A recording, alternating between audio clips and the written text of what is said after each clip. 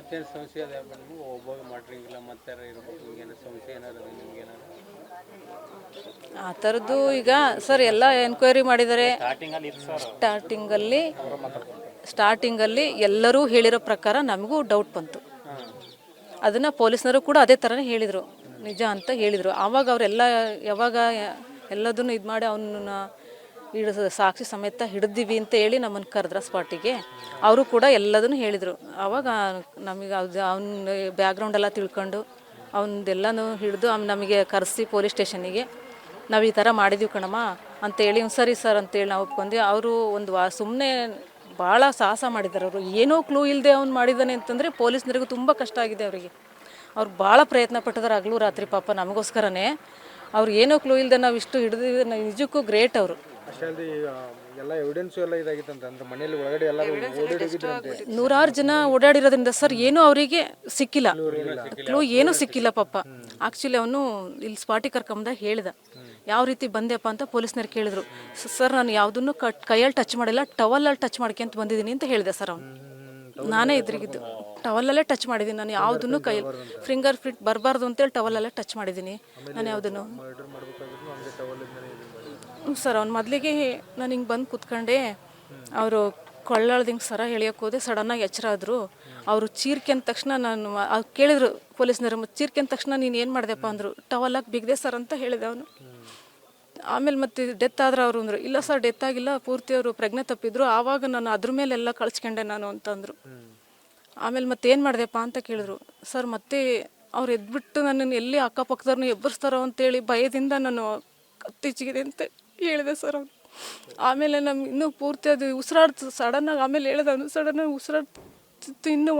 ನಾನು ಬೇಸಿಟ್ಟು ಹೋದೆ ಸರ್ ಅಂತಂದ್ರೆ ನಾನು ಅದನ್ನು ನಂಬಲಿಲ್ಲ. ನಾನು ಪೊಲೀಸ್ನವರಿಗೆ ಕ್ವಶನ್ ಮಾಡಿದೆ, ಸರ್ ಇದನ್ನು ನಂಬೋಕ್ಕಾಗಲ್ಲ ನನಗೆ ಅಂತ ಹೇಳಿದೆ ನಾನು ಅವ್ರ ಹತ್ರನ. ಅದಕ್ಕೆ ಇರಲಿ ಬಿಡಮ್ಮ, ನಾವು ಎನ್ಕ್ವೈರಿ ಮಾಡ್ತೀವಿ ಅಂತ ಹೇಳಿದ್ರು ಅವರು. ಆಮೇಲೆ ನಾನು ಹಿಂಗೆ ಓದೆ ತಗೊಂಡು ಹಿಂದ್ಗಡೆಯಿಂದ ಅಂತ ಹೋಗಿ ಹೇಳಿದೆ ಸರ್ ಅವನು. ಈ ರೀತಿ ಮಾಡೋರಿಗೆ ಕಠಿಣ ಶಿಕ್ಷೆ ಆಗಬೇಕು. ನಾವು ಒಂದೇ ಮತ್ತು ಕೊನೆಯವ್ರಿಗೆ ಕೇಳಿದೆ, ಸರ್ ಇದರಿಂದ ಯಾರಿದ್ದಾರೆ ಏನೋ ನನಗೆ ಗೊತ್ತಿಲ್ಲ, ನಮಗೆ ನ್ಯಾಯ ದೊರಕಿಸ್ಕೊಡಿ ಅಂತ ನಾನು ಪೊಲೀಸ್ನವ್ರಿಗೆ ಕೇಳಿದೆ. ಪಾಪ ಅವ್ರು ನಮಗೆ ಸಪೋರ್ಟ್ ಮಾಡಿದ್ದಾರೆ, ತುಂಬ ಸಪೋರ್ಟ್ ಮಾಡಿದ್ದಾರೆ. ಪೊಲೀಸ್ನವರು ಆಗಲಿ ಊರವರಾಗಲಿ ಎಲ್ಲರೂ ನಮಗೆ ಊರವರಂತೂ ಭಾಳ ಸಪೋರ್ಟ್ ಮಾಡ್ತಾ ಇದ್ದಾರೆ. ಎಲ್ಲರಿಗೂ ನಮಸ್ಕಾರ. ಇವತ್ತಿನ ದಿನ ದಾವಣಗೆರೆ ಜಿಲ್ಲಾ ಪೊಲೀಸ್ ವತಿಯಿಂದ 1 ತಿಂಗಳಿಂದ ಕೈಗೊಂಡಿರ್ತಕ್ಕಂಥ ಪತ್ತೆ ಕಾರ್ಯಗಳ ಬಗ್ಗೆ ಒಂದು ಪ್ರೆಸ್ ಮೀಟ್ ಮಾಡಬೇಕು. ಅದರ ಜೊತೆಗೆ ಎಲ್ಲ ನನ್ನ ಪತ್ರಕರ್ತರ ಮಿತ್ರರಿಗೆ ಜೊತೆ ಒಂದು ಸಂವಾದ ಮಾಡಬೇಕಂತ ಬಿಟ್ಟೇಳಿ ಭಾಳ ದಿನದಿಂದ ಯೋಚನೆ ಮಾಡ್ತಾಯಿದ್ದೆವು. ಇವತ್ತಿಗೆ ಅದು ಕಾಲ ಕೂಡಿ ಬಂದಿದೆ. ತಮಗೆಲ್ಲರಿಗೂ ಮೊಟ್ಟ ಮೊದಲಿಗೆ ದಾವಣಗೆರೆ ಜಿಲ್ಲಾ ಪೊಲೀಸ್ ವತಿಯಿಂದ ಹೃತ್ಪೂರ್ವಕ ಸ್ವಾಗತ. ಇವತ್ತಿನ ಈ ಒಂದು ಪ್ರೆಸ್ ಮೀಟಲ್ಲಿ ದಾವಣಗೆರೆ ಜಿಲ್ಲೆಯಲ್ಲಿ ಸುಮಾರು 70 ಲಕ್ಷ ಮೌಲ್ಯದ ಸುಮಾರು 4 ಪ್ರಕರಣಗಳಲ್ಲಿ ಆರೋಪಿಗಳನ್ನು ಪತ್ತೆ ಮಾಡಿ ಮಾಲುಗಳನ್ನು ವಶಪಡಿಸಿಕೊಳ್ಳಲಾಗಿದೆ. ಇದರಲ್ಲಿ ಬಹುಮುಖ್ಯವಾಗಿರ್ತಕ್ಕಂಥದ್ದು ದಿನಾಂಕ 2 ಮತ್ತು 3 ಫೆಬ್ರವರಿ 2026ರ ಮಧ್ಯದಲ್ಲಿ ನ್ಯಾಮತಿ ಪೊಲೀಸ್ ಠಾಣೆ ವ್ಯಾಪ್ತಿಯಲ್ಲಿ ಬರ್ತಕ್ಕಂಥ ಆರುಂಡಿ ಗ್ರಾಮದಲ್ಲಿ ಸುಮಾರು 64 ವರ್ಷ ವಯಸ್ಸಿನ ಒಂಟಿ ಮಹಿಳೆಯನ್ನು ಕೊಲೆ ಮಾಡಿ ಅವರ ಮೇಲೆ ಇರ್ತಕ್ಕಂಥ ಆಭರಣಗಳನ್ನು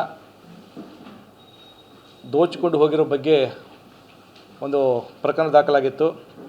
ಪ್ರಕರಣವನ್ನು ಗಂಭೀರವಾಗಿ ಪರಿಗಣಿಸಿ ನಾನು ಅಧಿಕಾರ ವಹಿಸಿಕೊಂಡ ನಂತರ ಕೃತ್ಯ ಸ್ಥಳಕ್ಕೆ ನಾನು ಕೂಡ ಭೇಟಿ ಮಾಡಿದ್ದೆ.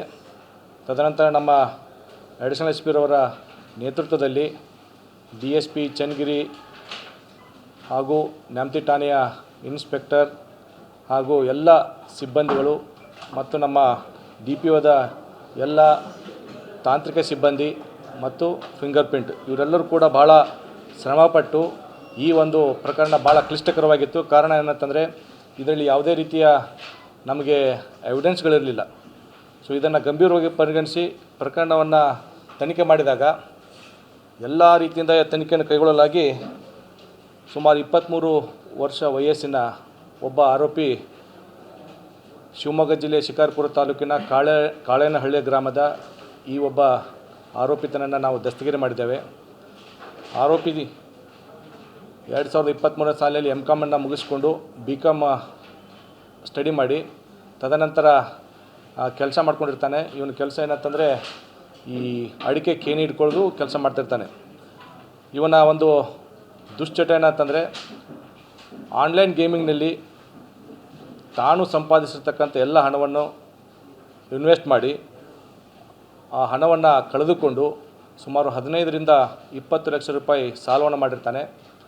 ಆ ಸಾಲ ಜಾಸ್ತಿ ಆದಂಗೆ ಅದರ ಜೊತೆಗೆ ಈ ಆನ್ಲೈನ್ ಗೇಮಿಂಗ್ ಚಟ ಕಂಟಿನ್ಯೂಸ್ ಆಗಿ ಮಾಡ್ತಾನೆ ಇರ್ತಾನೆ. ಅದನ್ನು ಸಾಲ ಜಾಸ್ತಿ ಆದಾಗ ಸಾಲಗಾರರು ಕೇಳೋದಕ್ಕೆ ಬೆನ್ನತ್ತಿದಾಗ ಇದನ್ನು ಯಾವ ಥರ ಇದು ಮಾಡ್ಬೇಕಂತ ಬಿಟ್ಟೇಳಿ ಒಂದು ಏನಾದರೂ ಕೃತ್ಯ ಮಾಡಿದ್ರೆ ನನಗೆ ಇದನ್ನು ನಾನು ಈಸಿಯಾಗಿ ಸಾಲ ತೀರಿಸ್ಬೋದು ಅಂತ ಬಿಟ್ಟೇಳಿ ಯೋಚನೆ ಮಾಡಿ ಅವನು ಸುಮಾರು 6 ತಿಂಗಳಿಂದ ಊರನ್ನು ಬಿಟ್ಟು ಈ ಎಲ್ಲ ಸಾಲಗಾರರ ಕಾಟ ತಾಳಲಾರದ ಊರು ಬಿಡ್ತಾನೆ. ಊರು ಬಿಟ್ಟು ಕರ್ನಾಟಕ ರಾಜ್ಯದ ವಿವಿಧ ಜಿಲ್ಲೆಗಳಲ್ಲಿ ಸುಮ್ಮನೆ ಸುತ್ತಾಡಿಕೊಂಡು ಸಣ್ಣ ಪುಟ್ಟ ಕೆಲಸ ಮಾಡಿ ಎಲ್ಲಾದರೂ ಬಸ್ ಸ್ಟ್ಯಾಂಡು ಮತ್ತು ಇತರೆ ಶೆಲ್ಟರ್ಗಳಲ್ಲಿ ವಾಸ ಮಾಡ್ತಿರ್ತಾನೆ. ಅವತ್ತಿನ ದಿನ 2ನೇ ತಾರೀಕು ಸಂಜೆ 4 ಗಂಟೆ ಸುಮಾರಿಗೆ ಅವನು ಹೊನ್ನಳ್ಳಿಗೆ ಬರ್ತಾನೆ. ಹೊನ್ನಳ್ಳಿಯಿಂದ ಈ ಕಡೆ ಸವಳಂಗ ರಸ್ತೆಯಲ್ಲಿರ್ತಕ್ಕಂಥ ಆರುಣಿ ಗ್ರಾಮದ ಹತ್ರ ಅಲ್ಲಿ ಇಳ್ಕೋತಾನೆ. ಆರುಣಿ ಗ್ರಾಮಕ್ಕೆ ಬರೋಕ್ಕೆ ಅವನಿಗೆ ಉದ್ದೇಶ ಏನಂತಂದರೆ ಆ ಒಂದು ಗ್ರಾಮದಲ್ಲಿ ಅವತ್ತಿನ ದಿನ ಉತ್ಸವ ಇರುತ್ತೆ, ಉತ್ಸವ ಮೆರವಣಿಗೆ ಇರುತ್ತೆ, ಗ್ರಾಮದ ಉತ್ಸವ ಮೆರವಣಿಗೆ ಇರುತ್ತೆ. ಅದನ್ನು ತಿಳಿದುಕೊಂಡು ಅಲ್ಲಿ ಬರ್ತಾನೆ. ಅಲ್ಲಿ ಬಂದು ಆರುಣಿ ಗ್ರಾಮಕ್ಕೆ ನಡ್ಕೊಂಡು ಬಂದು ಒಳಗಡೆ ಗ್ರಾಮಕ್ಕೆ ಬರ್ತಾನೆ. ಗ್ರಾಮದಲ್ಲಿ ಉತ್ಸವ ನಡೀತಕ್ಕಂಥ ಒಂದು ಸಂದರ್ಭದಲ್ಲಿ ಆ ಮೆರವಣಿಗೆಯಲ್ಲಿ ಭಾಗವಹಿಸ್ಕೊಂಡು ಹೋಗ್ತಿರ್ಬೇಕಾದ್ರೆ ಈ ಒಂದು ಏನು ಮೃತ ಮಹಿಳೆ ಹೊರಗಡೆ ನಿಂತ್ಕೊಂಡ್ಬಿಟ್ಟು ಮಾತಾಡ್ತಾ ಇರ್ತಾರೆ. ಅವಾಗ ನೋಡಿದಾಗ ಅವನಿಗೆ ಇವರಲ್ಲಿ ಹಾಕಿಕೊಂಡಿರ್ತಕ್ಕಂಥ ಒಡವೆಗಳನ್ನು ನೋಡಿ ಇವರನ್ನು ಮೋಸ್ಟ್ಲಿ ಒಬ್ಬರೇ ಇರ್ಬೋದು, ಇವರನ್ನು ನಾನು ಏನಾದರೂ ಕಳ್ಳತನ ಮಾಡೋಕ್ಕೆ ಅವಕಾಶ ಸಿಗುತ್ತೆ ಅಂತ ಬಿಟ್ಟೇಳಿ ರಾತ್ರಿ ಸುಮಾರು ಹೊಂಚು ಹಾಕಿ ಹಿಂಬಾಗಿಲಿನಿಂದ ಬಂದು ಮನೆಯಲ್ಲಿ ಅವಿತ್ಕೊಂಡು ಕುಳಿತಾನೆ. ರಾತ್ರಿ ಮೃತ ಮಹಿಳೆ ಎಲ್ಲ ಕಡೆ ಹಬ್ಬದ ವಾತಾವರಣದಿಂದ ರಾತ್ರಿ 10 ಗಂಟೆ ಸುಮಾರಿಗೆ ವಾಪಸ್ ಬಂದು ಮನೆಯಲ್ಲಿರಬೇಕಾದ್ರೆ ಈ 10ರಿಂದ ಬೆಳಗಿನ ಜಾವ 4 ಗಂಟೆ ಮಧ್ಯದಲ್ಲಿ ಈ ಥರ ಒಂದು ಕೃತ್ಯವನ್ನು ಎಸಗಿರ್ತಾನೆ. ಈ ಎಲ್ಲ ಆ್ಯಂಗಲಿಂದ ಪರಿಶೀಲನೆ ಮಾಡಲಾಗಿ ಈ ಆರೋಪಿಯನ್ನು ನಾವು ದಸ್ತಗಿರಿ ಮಾಡಿದ್ದೇವೆ. ಈತನಿಂದ 2 ಮೊಬೈಲ್ ಹಾಗೂ ಸುಮಾರು 76 ಗ್ರಾಮ ಏನು ಕಳ್ಳತನವಾಗಿತ್ತು ಆ ಮಾಲನ್ನು ವಶಪಡಿಸಿಕೊಂಡಿದ್ದೇವೆ. ಸದರಿ ಆರೋಪಿಯನ್ನು ನಾವು ನ್ಯಾಯಾಂಗ ಬಂಧನಕ್ಕೆ ಒಪ್ಪಿಸಿದ್ದೇವೆ. ನಾವು ಟೆಕ್ನಿಕಲ್ ಅನಾಲಿಸಿಸ್ ಮಾಡಿದ್ದು, ಟೆಕ್ನಿಕಲ್ ಅನಾಲಿಸಿಸ್ ಅದರ ಜೊತೆಗೆ ಎಲ್ಲ ನಮ್ಮ ಹ್ಯೂಮನ್ ಇಂಟೆಲಿಜೆನ್ಸ್, ನಮ್ಮ ತನಿಖಾಧಿಕಾರಿಗಳು, ಗ್ರಾಮ ಎಸ್ಪೆಷಲಿ ನಮ್ಮ ಕ್ರೈಮ್ ಸ್ಟಾಫ್ ಸಿಬ್ಬಂದಿ, PSI ನ್ಯಾಮ್ತಿ, ಹೊಳೆಬಸವ, ಹೋಳಿ, ಆಮೇಲೆ ನಮ್ಮ ಇನ್ಸ್ಪೆಕ್ಟರ್ ರವಿ, ಎಲ್ಲ ಸಿಬ್ಬಂದಿಗಳು ಮತ್ತು ನಮ್ಮ ಟೆಕ್ನಿಕಲ್ ಟೀಮು ಭಾಳ ಎಲ್ಲ ರೀತಿಯನ್ನು ಅನಾಲಿಸಿಸ್ ಮಾಡಿ ತದನಂತರ ಇದಕ್ಕೆ ಒಂದು ನಮಗೆ ಪ್ರಕರಣ ಬೆಳಕಿಗೆ ಬಂದಿದೆ.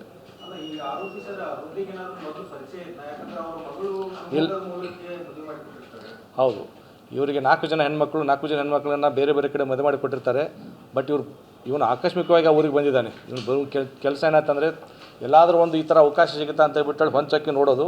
ಅವತ್ತಿನ ದಿನ ಅವನು ಬಂದಿದ್ದಾನೆ ಇಲ್ಲಿಗೆ, ಊರಲ್ಲಿ ಜಾತ್ರೆ ಅಂತ ಬಿಟ್ಟೇಳಿ, ಜಾತ್ರೆಯಲ್ಲಿ ಏನಾದರೂ ಅಫೆನ್ಸ್ ಮಾಡೋಕ್ಕೆ ಅವಕಾಶ ಸಿಗುತ್ತೆ ಅಂತ ಬಿಟ್ಟೇಳಿ ಒಂದು ಅವಕಾಶವನ್ನು ಆಧರಿಸಿ ಅಲ್ಲಿ ಬಂದಿದ್ದಾನೆ. ಅದು ಬಿಟ್ಟರೆ ಇವ್ರಿಗೆ ಮೂರು ಪರಿಚಯ ಇರ್ತಕ್ಕಂಥ ಇರಲಿಲ್ಲ. ಹೌದು, ಸಾರ್ವಜನಿಕರು ಏನು ಮೃತ ಮಹಿಳೆ ಅವಳ ರುಟೀನ್ ಆ್ಯಕ್ಟಿವಿಟೀಸ್ ಅಂದರೆ ಬೆಳಗ್ಗೆ 6:05 ಎದ್ದುಬಿಟ್ಟು ಮನೆ ಮುಂಭಾಗದಲ್ಲಿ ನೀರು ಹಾಕಿಬಿಟ್ಟು ರಂಗೋಲಿ ಹಾಕ್ತಕ್ಕಂಥದ್ದು ಅವರ ರುಟೀನ್ ಕೆಲಸ ಆಗಿರ್ತದೆ. ಅವತ್ತಿನ ದಿನ ಇವರ ಸಂಬಂಧಿಕರು 7:15 ಆದರೂ ಕೂಡ ಹೇಳ್ತಾ ಇಲ್ಲ ಅಂತ ಬಿಟ್ಟೇಳಿ ಬಂದು ಬಾಕ್ಲ ಬಡ್ತಾರೆ. ಬಾಕ್ಲ ಓಪನ್ ಆಗೋಲ್ಲ. ಹಿಂಭಾಗದಲ್ಲಿ ಹೋಗಿ ನೋಡ್ತಾರೆ, ಹಿಂಭಾಗದಲ್ಲಿ ಕೂಡ ಡೋರ್ ಓಪನ್ ಆಗಿರ್ತದೆ. ಒಳಗಡೆ ಹೋಗಿ ನೋಡಿದಾಗ ಅವರು ಹಲ್ಲು ಕಚ್ಚಿಕೊಂಡು ರೀತಿಯಲ್ಲಿ ಮೃತಪಟ್ಟಿದ್ದಕ್ಕೆ ನೋಡ್ತಾರೆ. ನೋಡಿಬಿಟ್ಟು ಅಕ್ಕಪಕ್ಕದವ್ರು ಬಂದುಬಿಟ್ಟು ಎಲ್ಲ ರೀತಿಯ ಪ್ರಯತ್ನ ಮಾಡ್ತಾರೆ ಎಬ್ಸೋಕ್ಕೆ. ಎಳದೇ ಇದ್ದಿದ್ದಾಗ ಅವ್ರಿಗೇನಾಗುತ್ತೆ, ಮೋಸ್ಟ್ಲಿ ಇವರು ಡೆತ್ ಆಗಿರಬೇಕು ಅಂತ ಬಿಟ್ಟೇಳಿ ಯೋಚನೆ ಮಾಡ್ತಾರೆ, ಹಾರ್ಟ್ ಅಟ್ಯಾಕು ಆ ಥರ ಆಗಿರ್ಬೇಕಂತ ಬಿಟ್ಟೇಳಿ. ಆದರೆ ಕುಲಂಕುಷವಾಗಿ ಪರಿಶೀಲನೆ ಮಾಡಿದಾಗ ಮಹಿಳೆಯ ತೊಟ್ಟಿರ್ತಕ್ಕಂಥ ಆಭರಣಗಳು ಕಾಣೆ ಆಗಿದ್ರ ಬಗ್ಗೆ ಅವರ ಗಮನಕ್ಕೆ ಬರುತ್ತೆ. ತಕ್ಷಣವೇ ಅವರು ಪೊಲೀಸರಿಗೆ ಮಾಹಿತಿ ನೀಡ್ತಾರೆ. ನಮ್ಮ ಎಲ್ಲ ಸೋಕೋ ಟೀಮು ಮತ್ತು ಎಲ್ಲ ನಮ್ಮ ಆಫೀಸರ್ಸ್ ವಿಸಿಟ್ ಮಾಡಿದಾಗ ಇದೊಂದು ಲಾಭಕ್ಕಾಗಿ ಮಾಡಿರ್ತಕ್ಕಂಥ ಕೊಲೆ ಅಂತ ಬಿಟ್ಟೇಳಿ ಪ್ರಕರಣ ದಾಖಲಿಸ್ಕೊಂಡು ತನಿಖೆ ಮಾಡಿಕೊಂಡು ಆರೋಪಿಯನ್ನು ದಸ್ತಗಿರಿ ಮಾಡಿದ್ದೇವೆ. ಸೊ ಅದರ ಜೊತೆಗೆ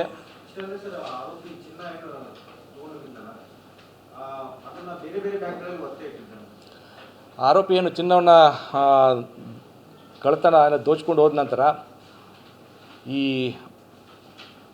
ಆನ್ಲೈನ್ ಬೆಟ್ಟಿಂಗ್ ಆಡ್ತಕ್ಕಂಥ ಒಂದು ಅವನ ಏನು ರೂಢಿ ಮಾಡ್ಕೊಂಡಿರ್ತಾನೆ. ಆ ಆನ್ಲೈನಲ್ಲಿ ದುಡ್ಡು ಹಾಕಿದರೆ ಮಾತ್ರ ಅದು ಆನ್ಲೈನ್ ಗೇಮಿಂಗ್ಗೆ ಅಲೋ ಇರುತ್ತೆ. ಸೊ ಅದನ್ನು ದುಡ್ಡನ್ನು ಅವನು ಒಡವೆಯನ್ನು ಎನ್ಕ್ಯಾಶ್ ಮಾಡ್ಕೊಳ್ಳೋಕ್ಕೆ ಶಿಕಾರಿಪುರದಲ್ಲಿರ್ತಕ್ಕಂಥ ವಿವಿಧ ಖಾಸಗಿ ಬ್ಯಾಂಕ್ಗಳಲ್ಲಿ ಅವನ ಠೇವಣಿ ಇಟ್ಟು ಹಣವನ್ನು ತನ್ನ ಅಕೌಂಟಿಗೆ ಹಾಕಿಸಿಕೊಂಡು ಆ ಹಣವನ್ನು ಆನ್ಲೈನ್ನಲ್ಲಿ ಡೆಪಾಸಿಟ್ ಮಾಡಿ ನಂತರ ಕೂಡ ಆಟವನ್ನು ಆಡಿರ್ತಾನೆ. ಹೌದು, ಇದು ಫಸ್ಟ್ ಟೈಮ್ ಅಫೆಂಡರ್ ಇವನು. ಇದು ಪ್ರಥಮವಾಗಿರ್ತಕ್ಕಂಥ ಕೃತ್ಯ ಎಸಗಿರ್ತಾನೆ.